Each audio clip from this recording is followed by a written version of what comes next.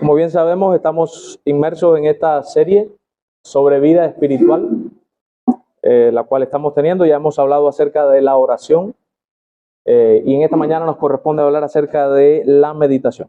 Es primera vez desde que llegué a esta iglesia que vamos a hablar de este tema. Por tanto, es de suma importancia que cada uno de nosotros preste atención para entender un poco acerca de la meditación. Vamos a orar y vamos a proceder a estudiar la palabra. Señor, ahora que nos expondremos a tu palabra, solo rogamos que tu gracia sea con nosotros y que ilumines nuestras mentes y nos deje el poder de tu Espíritu para obedecer a tu palabra.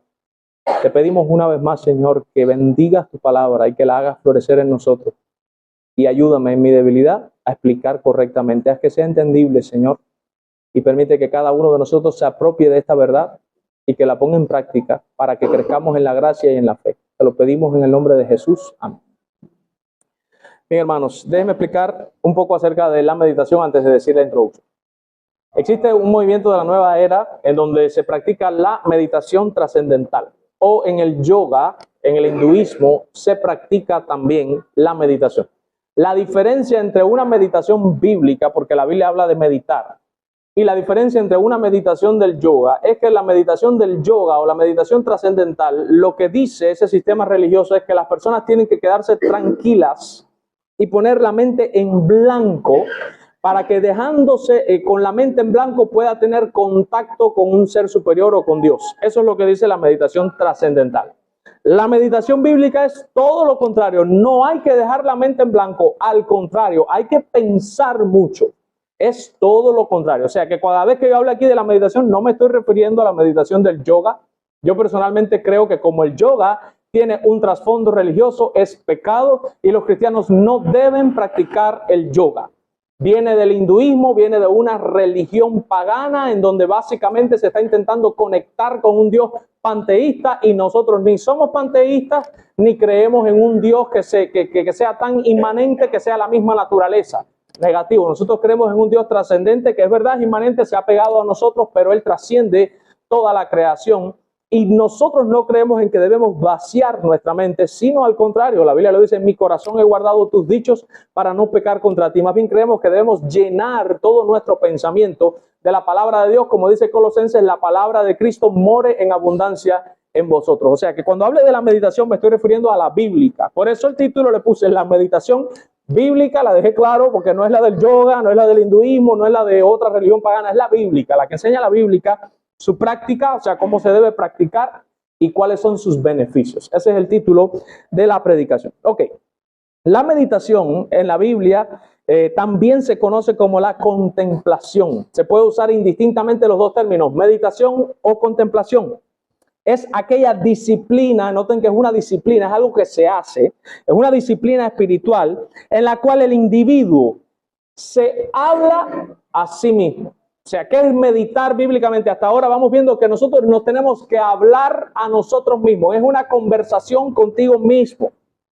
Una reflexión contigo mismo ocurre cuando el alma se encierra en sí misma, miren esto, y se retrae del mundo y se recluye, o sea, se aleja para pensar en Dios y elevarse hasta los afectos celestiales. La idea es que como nos quedamos solos, con la intención de pensar en Dios, pensar en su palabra, pensar en un texto bíblico, pensar en las obras maravillosas de Dios, pensar en lo que Dios ha hecho en nuestra vida, pensar en cómo Dios nos ha transformado, por ejemplo, y eso, a medida que lo vamos pensando y reflexionando, nos vamos hablando a nosotros mismos, mira para esto como Dios me quitó, mira cómo Dios me ha transformado, mira, eso es meditar según la Biblia. Puede ser con algo que Dios hizo en tu vida, puede ser con las obras maravillosas, usted puede meditar en la creación, mirando las nubes y tú decir, mira cómo no se caen, están ahí, lo mismo se deshacen y se pierden que de repente regresan, Dios ha hecho todo perfecto. Eso es meditar, estás hablando contigo mismo. O puedes meditar en un texto bíblico. En un texto bíblico nunca se apartará de tu boca este libro de la ley, sino que de noche y día meditarás en él para que guardes y hagas todo conforme a lo que en él está escrito y así harás prosperar tu camino y todo te saldrá bien. Y empiezas a dividir ese texto, nunca se va a apartar. De día y de noche Dios quiere que yo esté, y te empiezas a hablar sobre ese texto. Esa es la meditación. Implica el uso del intelecto, esto que nos quede claro aquí, sí hay que usar la mente, hay que razonar, implica el uso del intelecto y mueve los afectos personales haciéndoles florecer. Esa es la intención. Que mientras más pienses en Dios y lo que Él ha hecho en su palabra, eso te mueva a actuar, a ser más obediente, a consagrarte más a Él. Esa es la intención, mover los afectos. Que vamos a decir afectos para que entiendan los sentimientos. Lograr que los sentimientos tuyos se inclinen hacia Dios. ¿Ok? Ahora, en aras de mantener nuestros afectos enfocados en Dios, Él nos dejó la meditación como una disciplina que está establecida en las Escrituras. Cuando hablamos de contemplación, que es lo mismo, nos referimos a pensar profunda y detenidamente en algo o en alguien, en este caso en Dios o en sus obras maravillosas o en su palabra. Cuando hablamos de contemplar a Dios, esto no se trata únicamente de pensar en nuestra lectura bíblica del día, sino en dejar que nuestra mente le dé vueltas una y otra vez a las verdades bíblicas que nos muestran de cómo es Dios y cómo son sus obras. Eso es meditar. ¿Qué es meditar concretamente? Se lo voy a explicar un poco ahora más detallado. Meditar significa pensar, significa hablar consigo mismo e implica soledad e introspección. Ahora yo voy a explicar qué cosa es la introspección, y generalmente se asocia con la oración. Eso está casado en la Biblia con la oración. Fíjense, yo lo voy a dividir, pero al final de la jornada ustedes se van a dar cuenta cómo yo voy a casar todo y todo va a ser lo mismo o parte de lo mismo. Generalmente se asocia con la oración, es conversar con uno mismo sobre la palabra de Dios, es predicarnos a nosotros mismos las verdades de Dios, es volver a recordar lo que hemos aprendido y hacer un análisis en nuestra mente de lo que aprendimos, hacer un estudio de las verdades recordadas y encontrar una manera de aplicarla a nuestras vidas. O sea, aprendí esto. Y aquí viene la meditación, esto fue esto así. ¿Cómo puedo aplicar yo eso a mi vida? Y cuando tú empiezas a dialogar, bueno, a ver de qué forma ya ahí estás meditando y estás buscando una manera de aplicar lo aprendido en el estudio, por ejemplo, en el culto o en tu lectura devocional, en algo que te habló alguien, etc. Y dijo alguien, y esto me encantó, dice, de ahí que el oidor olvidadizo es el que no medita. No quiero ser un oidor olvidadizo, dice Lino, yo quiero ser un hacedor de tu palabra. Eso lo dice Santiago, que no seáis oidores olvidadizos, sino hacedores. Pero ¿quién es el oidor olvidadizo? El que oyó, pero no prestó atención, no guardó y después no meditó eso, se le volvió a olvidar. Pero si usted oye, anota y después recuerda y guarda, eso no se le va a olvidar. Entonces, como dijo este autor, el oidor olvidadizo es el que no medita. Ese es el oidor olvidadizo. Ahora, para explicarle qué cosa es la introspección, déjenme aclararles un poco acerca de, vamos a decirlo así, que los temperamentos de las personas o las personalidades de las personas. Haga la redundancia. Existen existen personas que son extrovertidas y personas introvertidas. Fíjense, la palabra se la voy a dividir. Extro significa que eso va hacia afuera. Intro es hacia adentro, vertida viene de verterse, o sea, de las personas extrovertidas son este tipo de personas que están vertidas hacia afuera. ¿Qué significa eso? Son esta gente que son conversadoras, que quieren hablar con alguien, que no les gusta quedarse solos, que quieren sentarse a conversar con alguien si están solos, que quieren comer juntos a la mesa para tener a alguien con quien dialogar. Son este tipo de personas que se aburren si se quedan solas en la casa porque son extrovertidas. Necesitan a alguien para conversar, necesita a alguien para decirle algo, necesita a alguien con quien compartir algo y no le gusta sentirse sola a esa persona. Esos son los extrovertidos. Pero también existen los introvertidos, que es al revés, son vertidos hacia adentro. La idea de esa gente más bien le gusta andar en su mundo, en su mente, les gusta estar solos, les gusta estar pensando, les gusta estar leyendo, no les gusta conversar mucho, no son muy sociables. Son este tipo de gente que no tiene muchas amistades. El extrovertido se lleva con el barrio entero, con la escuela entera, con todo el mundo porque a él le gusta hablar. El introvertido no es que no hable, pero no es que es el amigo de todo el barrio y de toda la escuela. No, esta persona es más meditativa, le gusta meditar, le gusta estar pensando, les gusta oír música, mayormente a las personas introvertidas, porque como la música se escucha y analizas hacia adentro, pues todo lo que sea introvertido, eso es lo que le llama la atención a esa persona. Por eso les gusta leer, escuchar música, les gusta ver televisión, les gusta todo lo que sea que aporte a la mente. El extrovertido lo que quiere es relación social, hablar, conversar, interactuar, tocar, jugar, hablar, caminar, eso, afuera, mirar, quiere ver, eso. Ahora bien, para una persona introvertida le va a ser muy fácil meditar, porque la persona introvertida está acostumbrada por naturaleza a meditar, porque como está para adentro siempre, pues, o la mayoría del tiempo, pues lo que hace es pensar mucho, le es muy fácil meditar. A quien le es difícil meditar es a la persona extrovertida, porque la persona extrovertida, como es este tipo de persona que es muy sociable, siempre está hablando con alguien, siempre está ocupado y no le gusta estar solo. Ahora, en la parte de la meditación sí se requiere, por eso dije al principio que es una disciplina. Fíjense que es algo en donde tú te tienes que poner duro y obligarte a eso. Se requiere soledad. La meditación es inherentemente introvertida, es para adentro, no es hacia afuera. La meditación es algo que tú haces contigo mismo, hay que introverterse.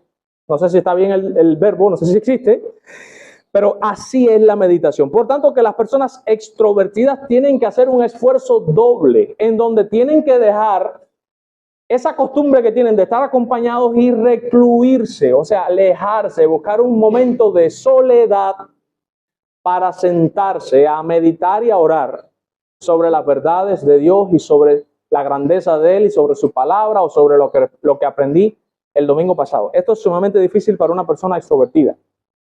Como mismo es sumamente difícil para una persona, por ejemplo, que no está acostumbrada, que no estudió mucho, ser cristiano.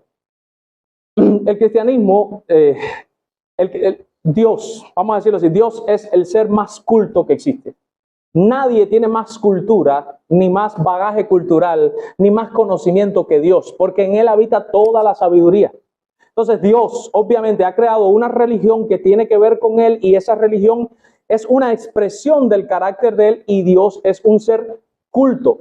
Como Dios es un ser culto, Él nos dejó un libro y hermanos, sentarse a leer generalmente lo hacen las personas que estudian, las personas que son más dadas a la parte de estudiar, del intelecto, las personas más bien cultas. Cuando una persona no estudiada, como por ejemplo Pedro, el del Nuevo Testamento, el pescador, que era un pescador, un extrovertido, ahí tiene a un hombre extrovertido, a Pedro, que era, su temperamento era colérico, que se hacía por ir para allá y arrancaba y derrumbaba la pared porque tenía un genio que no aguantaba. Pedro, extrovertido y colérico, pues cuando llega al cristianismo tiene que acostumbrarse, y es una disciplina donde hay que doblegar, tiene que acostumbrarse en que aunque él normalmente es conversador, trabajador, tiene que recluirse en algunos momentos y tiene que volverse un poco introvertido y no estudió, pero oye, tengo que empezar a estudiar ahora porque el cristianismo es una religión culta, no es inculta. Si ustedes miran, leer, meditar, escuchar una predicación, ¿quiénes son los que se sientan a escuchar una tertulia que da a alguien? Las personas intelectuales.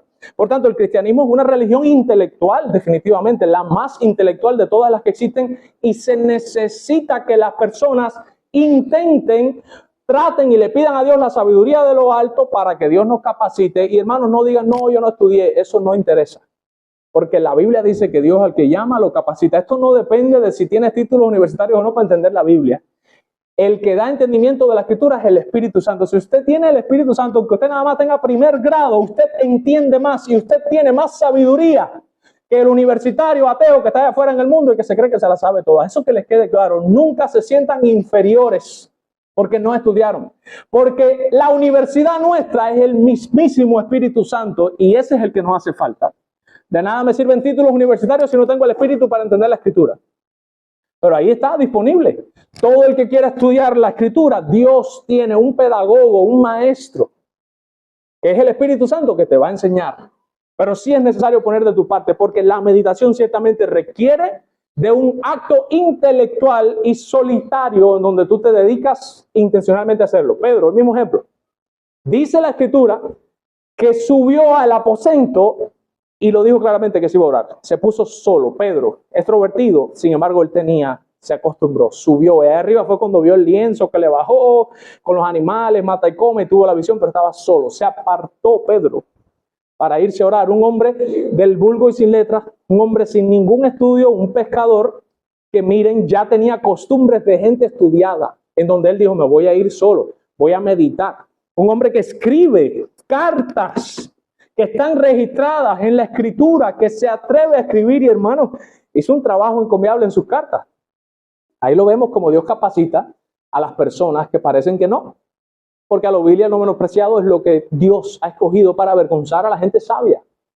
Y la sabiduría de Dios siempre avergüenza a la sabiduría humana. Pero sí es importante, aquí hay que procurar tener hábitos intelectuales para la meditación. Si usted es una persona extrovertida, necesitas en este sentido volverte un poco introvertido y trabajar un poco en las cuestiones bíblicas, en volverte un poco introvertido. ¿Por qué?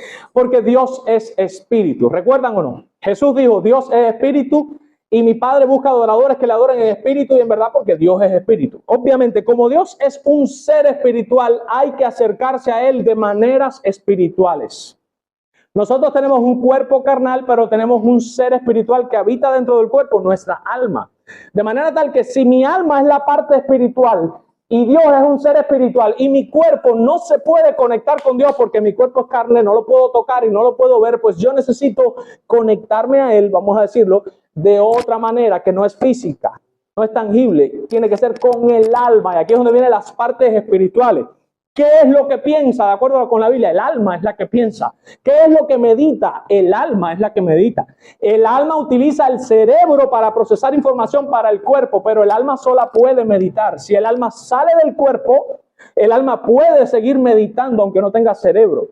Lo que pasa es que como Dios lo hace todo perfecto, creó el cerebro para que el alma utilice el cerebro para que el cuerpo pueda sacar hacia afuera lo que tiene el alma adentro. Es un remandingo. Pero bueno, Dios es un ser espiritual y hay que buscarlo con el alma, que es nuestra parte espiritual. Por tanto, hay que buscarlo con el intelecto, porque el intelecto está en el alma. Hay que meditar, hay que pensar, hay que razonar. Sin embargo, Dios le dice a Josué lo siguiente. Y aquí estamos viendo un hombre al cual Dios le encargó que iba a entrar a la tierra prometida y iba a repartir la tierra. Fíjense, todo lo que tiene que hacer son cosas extrovertidas. Tienes que ir, tienes que matar al amorreo, al fereceo, al jebuseo, al eteo, al heveo y todos los geos esos por ahí para allá y repartir la tierra. Tremendo trabajo, hermano, arduo trabajo. Sin embargo, a una persona que se tiene que mostrar extrovertida, Dios le da un mandato introvertido y le dice claramente: nunca se apartará de tu boca este libro de la ley, sino que meditarás de día y de noche en él, para que cuides de hacer todo lo que está escrito, porque entonces harás prosperar tu camino y todo te saldrá bien. Se lo dejó bien claro, ¿no? Vas a hacer cosas que necesitan que estés afuera, que estés mirando la tierra, el enemigo, pero tienes que sacar tiempo día y noche. Eso es un hebraísmo, no es que un rato por el día, un rato por la noche, es una frase judía que da a entender como que todos los días hay que apartar un tiempo en donde te alejes a meditar en esta palabra, porque si lo haces harás prosperar tu camino, Josué, y todas las cosas te van a salir bien. ¿Ok? Decía Spurgeon: el hombre que dice que no tiene nada en qué pensar o meditar, seguramente no tiene cerebro. El que profesa ser cristiano y no tiene nada de qué meditar, debe ser el hazmerreír de los demonios. Un cristiano sin tema de contemplación, imposible, dijo él. Spurgeon, que era un poco drástico a la hora de hablar. Entonces, hermano, después de haber tenido esta introducción, vamos a hablar un poco acerca de la práctica de la meditación. De acuerdo con la Biblia, ¿cómo enseña la Biblia que se debe practicar la meditación? Ya les dije lo que es la meditación: es sentarse a hablar contigo mismo y pensar y meditar y reflexionar y predicarte a ti mismo sobre algo o sobre alguien. Ahora bien, la Biblia habla de ciertas circunstancias, de ciertos horarios, de actitudes y del propósito de la meditación. Vamos a considerarlas todas. Por ejemplo, vamos a ir al Salmo 119, el versículo 48. En el Salmo 119, versículo 48, se nos deja claro que el salmista tenía horarios, tiempos para meditar. En el Salmo 119, el versículo 48,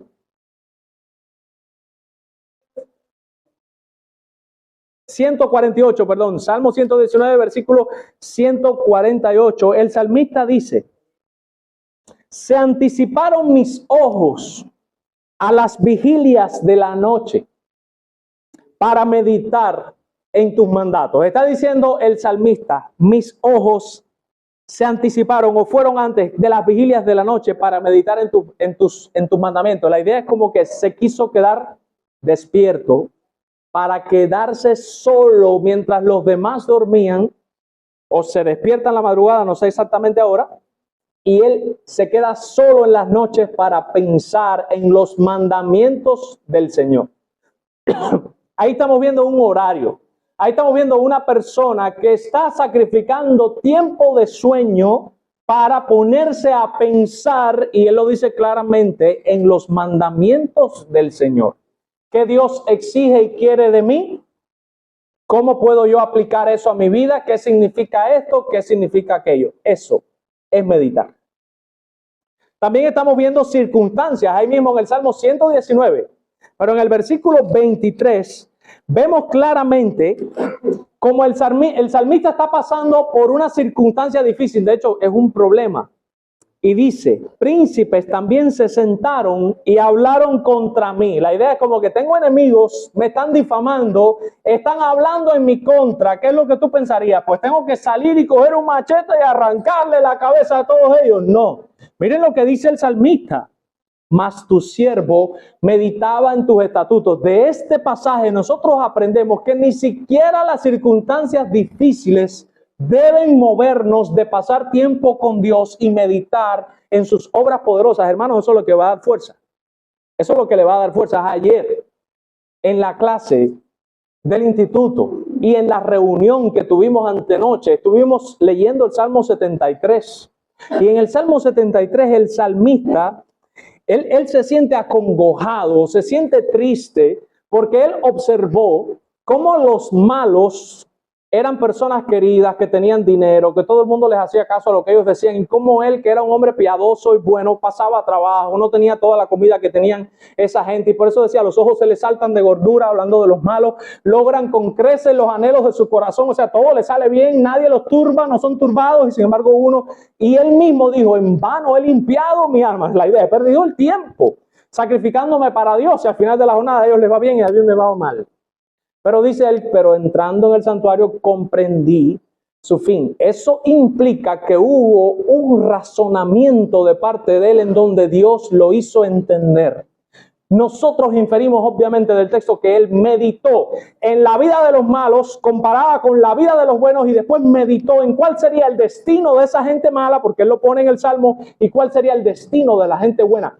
Él primero miró la vida: a esta gente le va bien, a esta gente le va mal, pero después miró el destino. Pero a esta gente le va a ir mal en el juicio y a esta gente le va a ir bien. Y ahí fue cuando él entendió y dijo: no, pues es mejor ser bueno.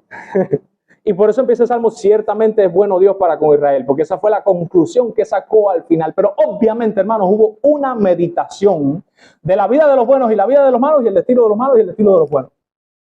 Él meditó en eso y entendió por una meditación. ¿Ven lo provechoso que es? Se dan cuenta que él tenía también una situación difícil, y él, en vez de ponerse a orar, se puso a meditar. Y esa meditación fue el medio de gracia que Dios utilizó para que él comprendiera que, aunque es verdad que aparentemente a la gente mala todo le sale bien y a la gente buena todo nos sale mal, en el día del juicio no va a ser así. En el día del juicio esa gente mala les va a ir mal y a la gente buena nos va a ir bien. Y eso es lo importante. Vemos circunstancias. Estaban hablando más de él, sin embargo le está tomando tiempo para meditar en la palabra del Señor. También vemos actitudes con respecto a la meditación. En el Salmo 104, el versículo 34, vamos a buscarlo por favor, el Salmo 104, versículo 34. El salmista habla de la actitud que debe tener el corazón a la hora de meditar. ¿Cuál es la actitud con respecto a la meditación? Dice el salmista: dulce será mi meditación en él, yo me regocijaré en Jehová. ¿Qué está diciendo el salmista? Esto es algo deleitoso. Para mí es dulce poder meditar en Dios. O sea, no es una petera, no es un teque, no es una cosa que, ay, por Dios, ahora me tengo que sentar a meditar. Hermanos, cuando una persona siente aversión a las cosas del Señor, y voy a aclarar que uno puede estar convertido y no tener ganas de orar, déjenme decir eso, no sea que ustedes crean, no, ahora yo siempre tengo que tener deseo, no, mentira. Usted puede estar muy convertido y no tener ganas de orar, no tener ganas de meditar, no tener ganas de obedecer, incluso. Pero no me refiero a eso, me refiero a la aversión. ¿Qué cosa es aversión? Aversión tiene que ver con aborrecer. La idea es como que yo no resisto así, pero es una cosa que no lo soporto, orar. No soporto meditar, no soporto un culto entero, no soporto una predicación, no soporto una canción cristiana, no soporto nada de Dios. Esa es la evidencia más grande de que la persona no ha nacido de nuevo. Porque la Biblia dice que los que estamos convertidos de nuevo, dice, sus mandamientos no nos son gravosos. ¿Qué cosa es gravoso? Cansado, pesado, una cosa que es una carga para mí, ¿no? Dice la Escritura que obedecer no nos es gravoso. Cuando uno está convertido, al contrario. La mayor fuente de gozo que encuentra el verdadero cristiano, cuando él encuentra toda su realización, es cuando logra obedecer. Y piensa en un pecado de eso que toda la vida usted ha caído y tiene debilidad con ese pecado y ahí está recayendo y de repente un día después de mucho orar lo logra vencer y logra no hacerlo. Después de pedir mucho, pedir y rogar y llorar y un día lo logra hacer. Dígame si ese día no es el día más glorioso que usted tiene sobre la faz de la tierra, pero al fin un día sin hacer esta cosa. Ese es el día más glorioso para el cristiano, el día de la obediencia. El verdadero cristiano se deleita y aunque es verdad que a veces no hay deseo de orar, y por eso digo, no, yo soy inconverso porque no tengo deseo de orar. Hermano, yo a veces no tengo deseo de orar. ¿Ok? Y me tengo que obligar. Y muchas veces hasta ni me obligo y no oro. Lo cual está mal de mi parte. Pero para que ustedes sepan, los verdaderos creyentes, como tenemos la carne, todavía tenemos resistencia de la carne. Ahora, usted puede vivir convencido. Cuando yo me pongo a orar, yo me deleito en eso.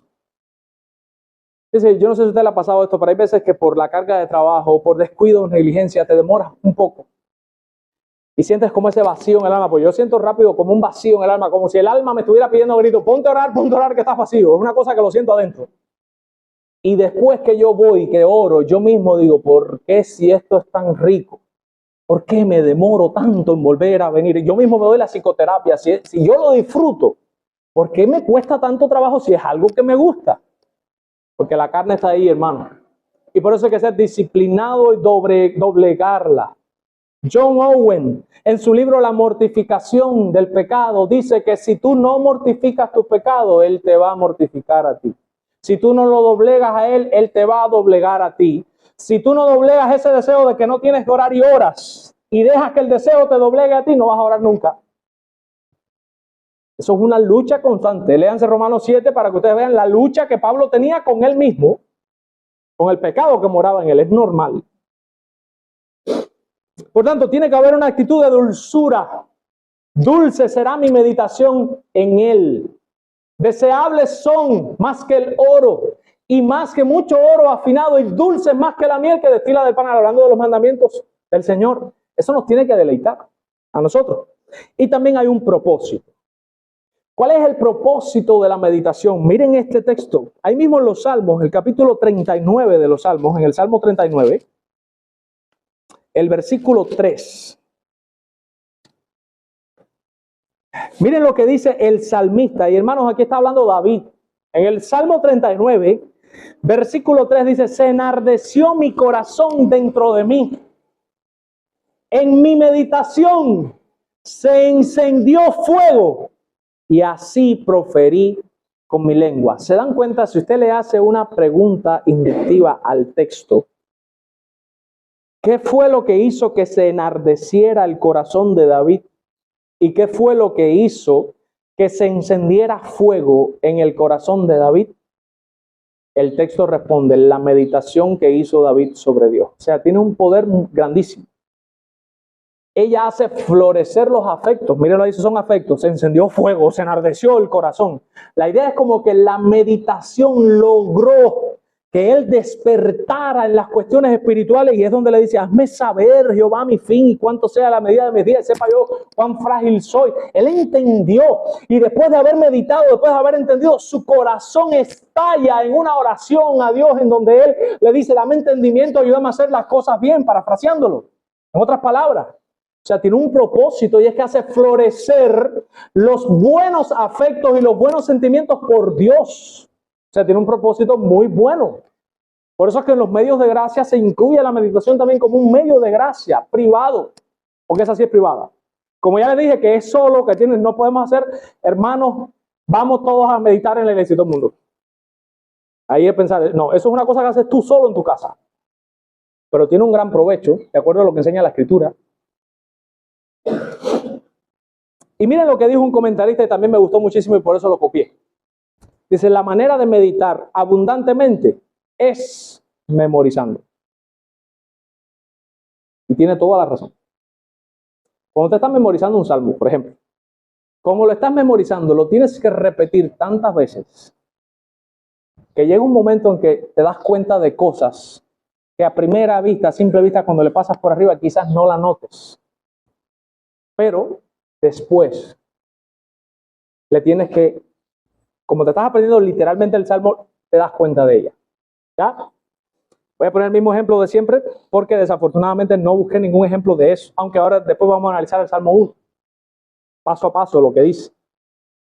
Pero si usted se pone a meditar, Juan 14:16, yo soy el camino y la verdad y la vida, y nadie viene al Padre si no es por mí. Usted empieza, yo soy el camino, soy la verdad, soy la vida y nadie viene al Padre si no es por mí. Llega un momento en que de tanto repetir, que tú empiezas a tener idea que nunca te lo sabes. Yo soy el camino, la verdad, y nadie va al Padre si no es por mí. Cuando revisas dices, no, no es va, viene.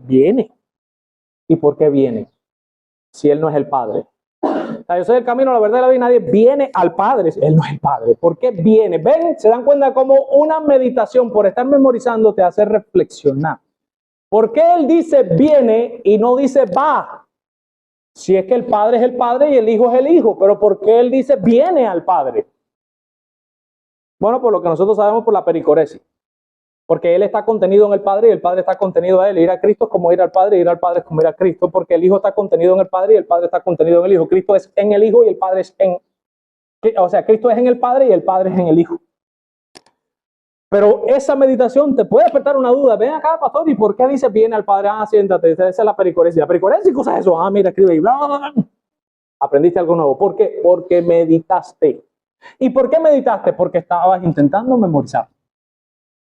Por tanto, por eso estoy de acuerdo totalmente con este autor que dice la manera de meditar abundantemente es memorizando.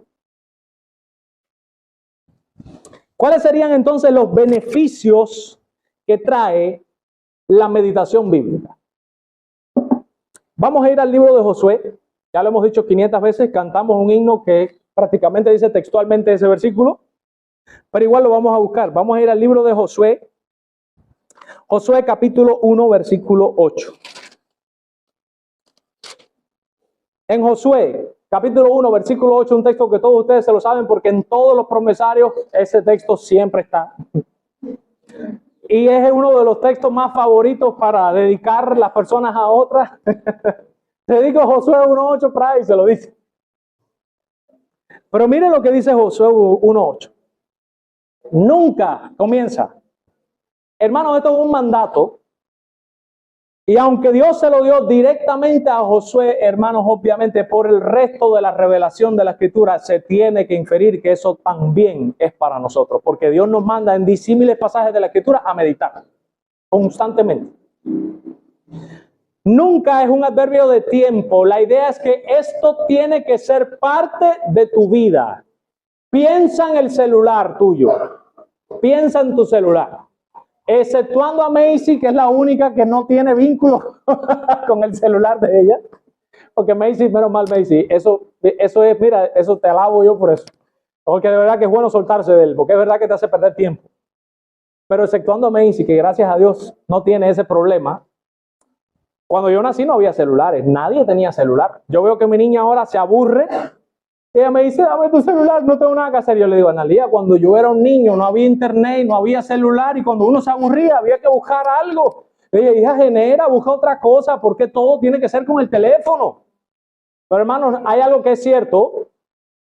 Después que uno tiene un teléfono, es una cosa que ya nunca más puedes volver a estar sin teléfono. Y después que probaste el internet y el WhatsApp y todo, ya es como que eso no te puede faltar nunca más en la vida porque es como que estás desconectado. Eso se incorporó a la vida. Algo con lo cual no nacimos y que ni sabíamos cuando éramos niños que iba a surgir, ahora es algo que no se puede separar de nosotros. Yo me voy para la iglesia, aquí está el celular conmigo. Yo me voy para la casa, está el celular conmigo. Me voy a acostar, el celular está al lado mío. Me voy para el baño a veces y me llevo el celular conmigo para el baño. Está conmigo todo el tiempo.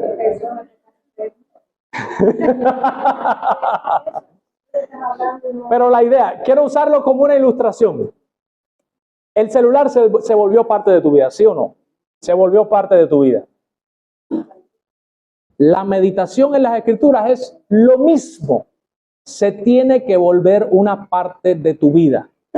Yo no sé si ustedes han logrado ver ese reel de un cristiano que puso, si el celular fuera la Biblia, ¿cómo sería? Y se ve un hombre cocinando, haciendo una tortilla con la Biblia ahí, y se le cae la ahí con la Biblia ahí, y después se va y la gente le habla y él no atiende porque está todo el tiempo mirando la Biblia. Dice, si el celular fuera la Biblia, hermano, fuéramos los más espirituales del mundo.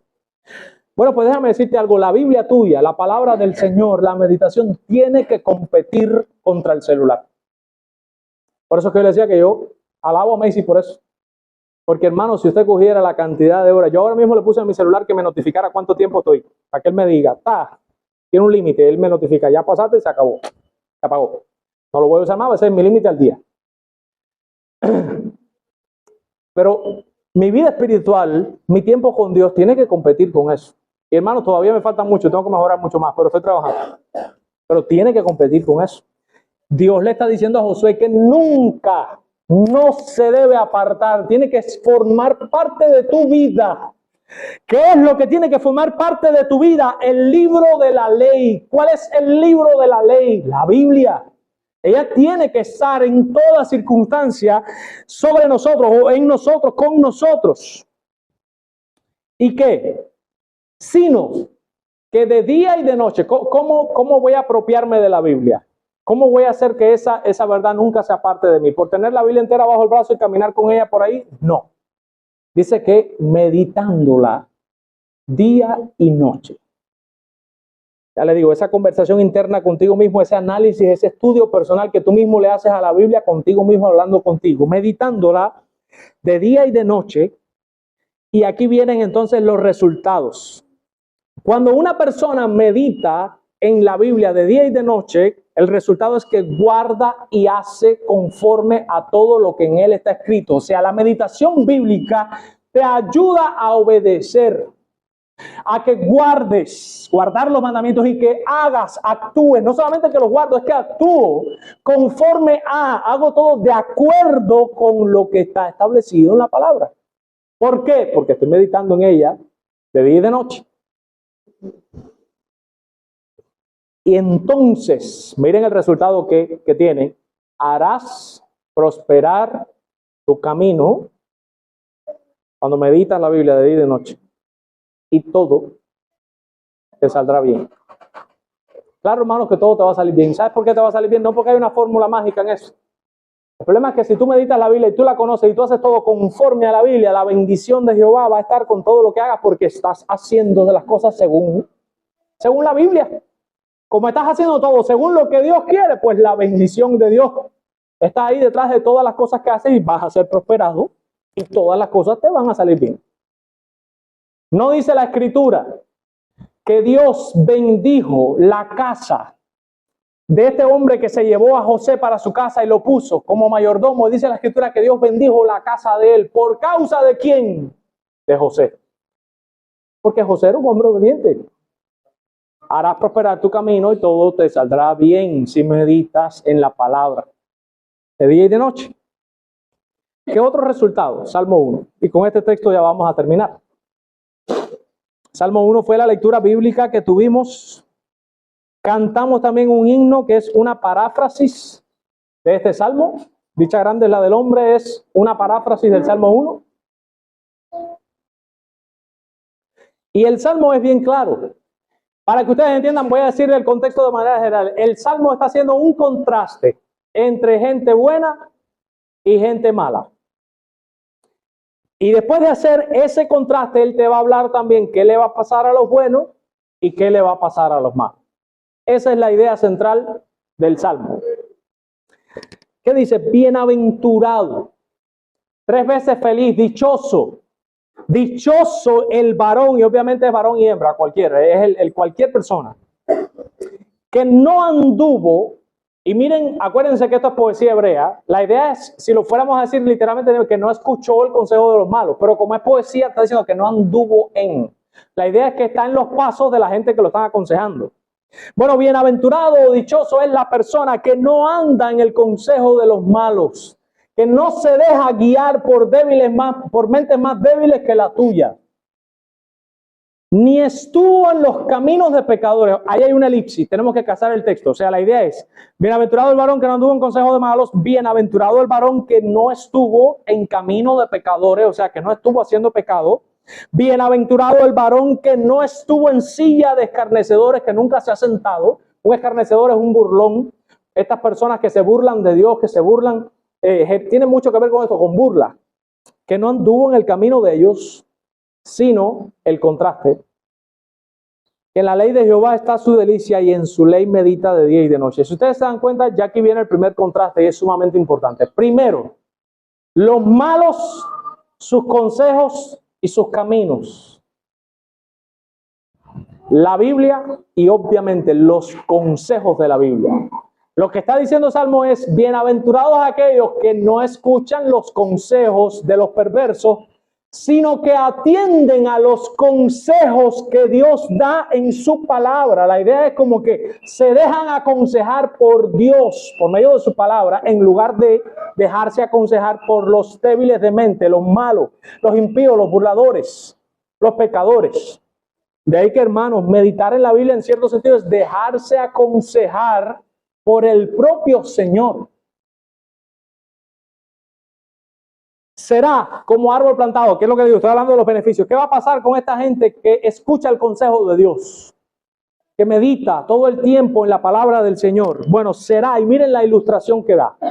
Aquí, Milena, estamos en presencia de un símil, ¿no es verdad? Porque será como, ahí está el símil, ¿sí o no, Milena?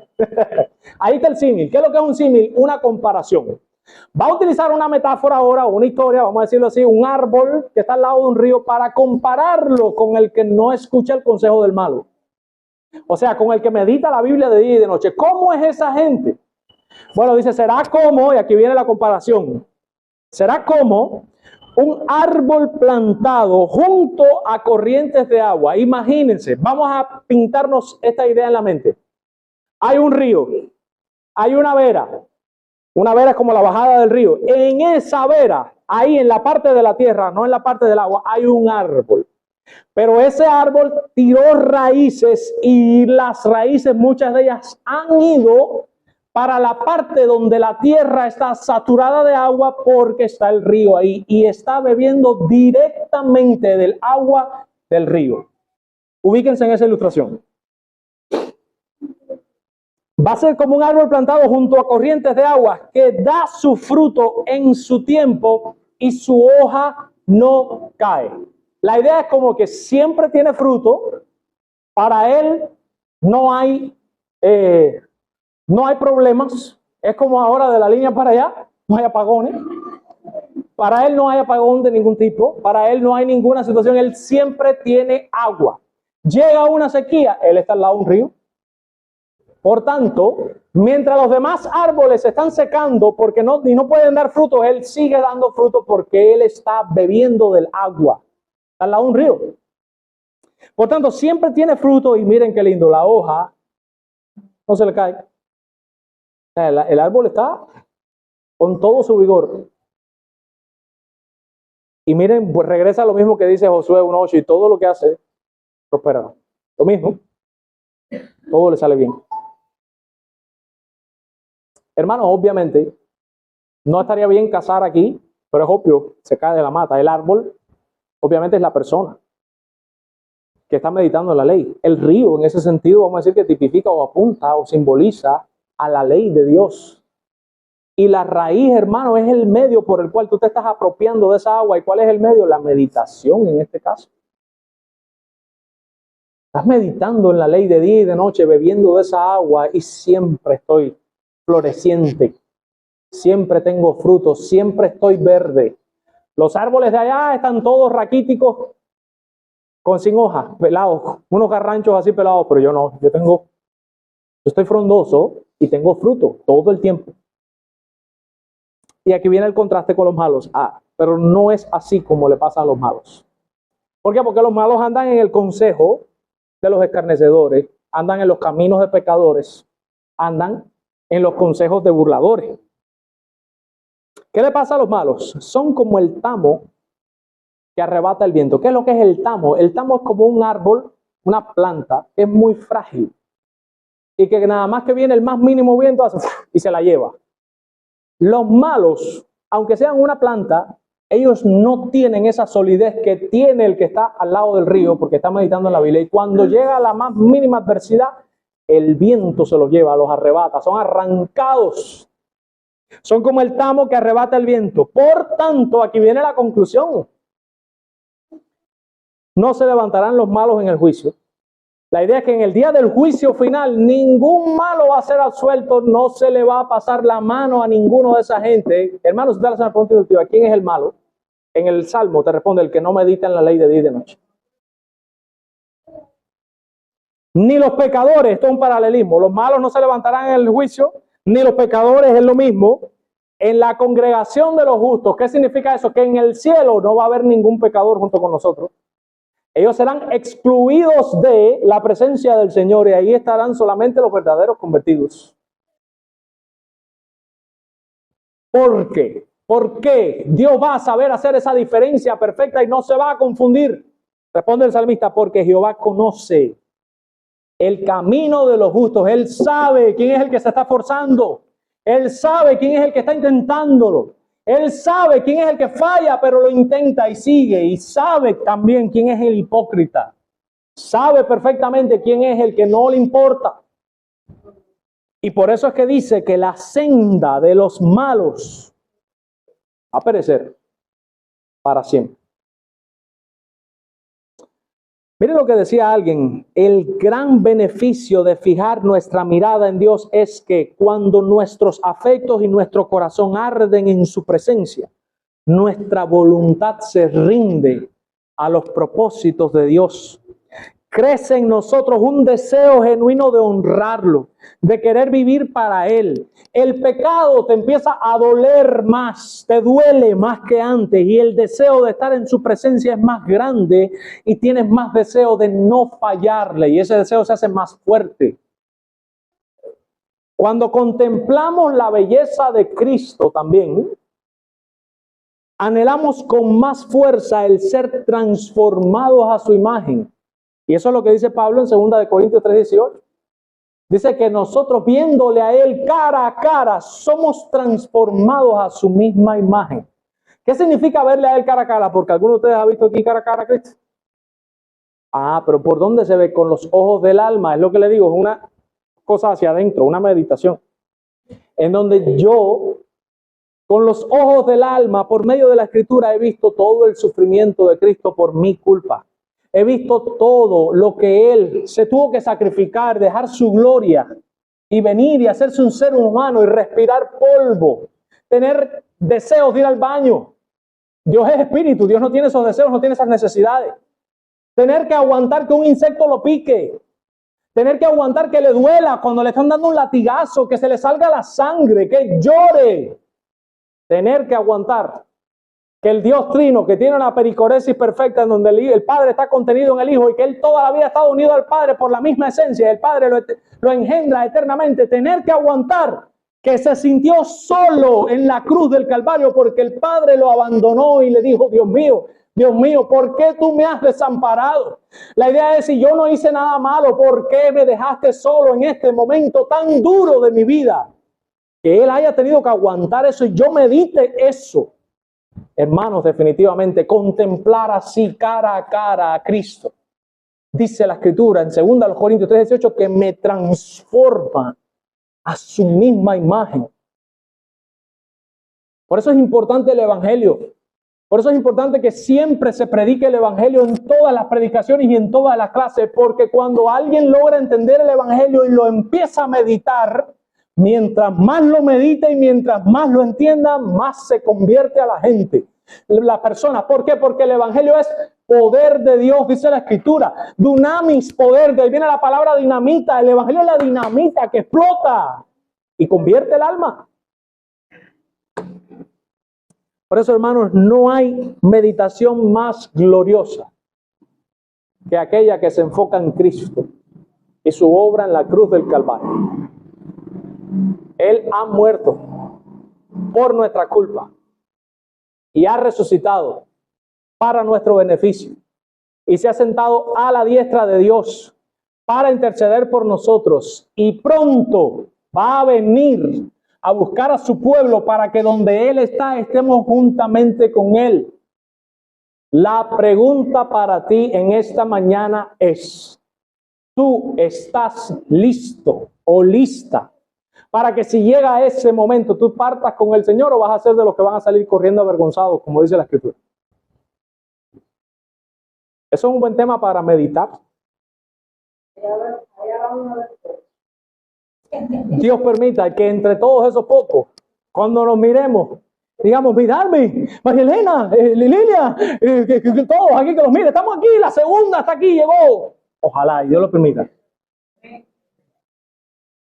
Hermanos, si hay alguien aquí que no tiene a Jesús, que no tiene salvación, y lo sabe, pues lo único que tienes que hacer, dice la Escritura, que creas en Jesucristo y que te arrepientas de tus pecados.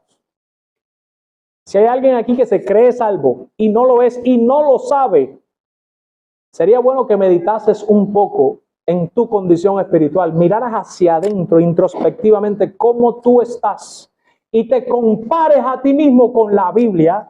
Como dice Paul Washer dice que en Estados Unidos las personas no se convierten más al cristianismo porque se comparan con otras personas. Yo soy mejor que Ciclanejo, yo no estoy tan mal como Esperancejo. No. Y Paul Washer dice: el estándar no es el otro, el estándar es Cristo. Dice: no te compares con las personas, compárate con Cristo. Y cuando tú te compares con Cristo te vas a dar cuenta de lo mal que estás. Siempre te vas a ver mal. Compárate con Cristo y medita. Y después que medites, di: ¿qué puedo hacer para parecerme más a Cristo? Y ruégale a Dios que te dé la capacidad de hacer eso que quieres hacer. Si alguien no tiene a Jesús, cree en el Señor Jesucristo para que sea salvo, porque no será avergonzado, dice la Escritura, todo aquel que en Él confía. ¿Qué cosa es creer? Confiar. ¿Confiar en qué? En que Él está dispuesto a perdonarte si tú se lo pides de corazón. Y que si tú crees en Él y crees que la única salvación que tú tienes es lo que Él hizo en la cruz del Calvario, y le pide que eso se aplique a tu vida, Él lo va a hacer. Y lo segundo, arrepiéntete de tus pecados. Arrepiéntete de todo lo que has hecho hasta ahora y continúa el resto de tu vida arrepintiéndote de todos los pecados, porque vas a seguir pecando hasta que estés en gloria. Sigue creyendo el resto de tu vida y sigue arrepintiéndote el resto de tu vida y tendrás la vida eterna. Vamos ahora. Señor, alabamos tu nombre y damos gloria porque nos has permitido exponernos a tu palabra. Ayúdanos a meditar en ella y en todas tus verdades. Permite, Señor, que apartemos tiempo nuestro para contemplar a tu Hijo, contemplar tus obras maravillosas y portentosas, como dice el Salmo 77, y que podamos, Dios del cielo, meditar en ti, y que esa meditación haga aflorar nuestros afectos por ti y que nos permita acercarnos a ti y consagrarnos más a ti. Hazlo todo por amor a tu santo y bendito nombre, para tu propia gloria, Señor. Te lo pedimos en el nombre de Jesucristo. Amén.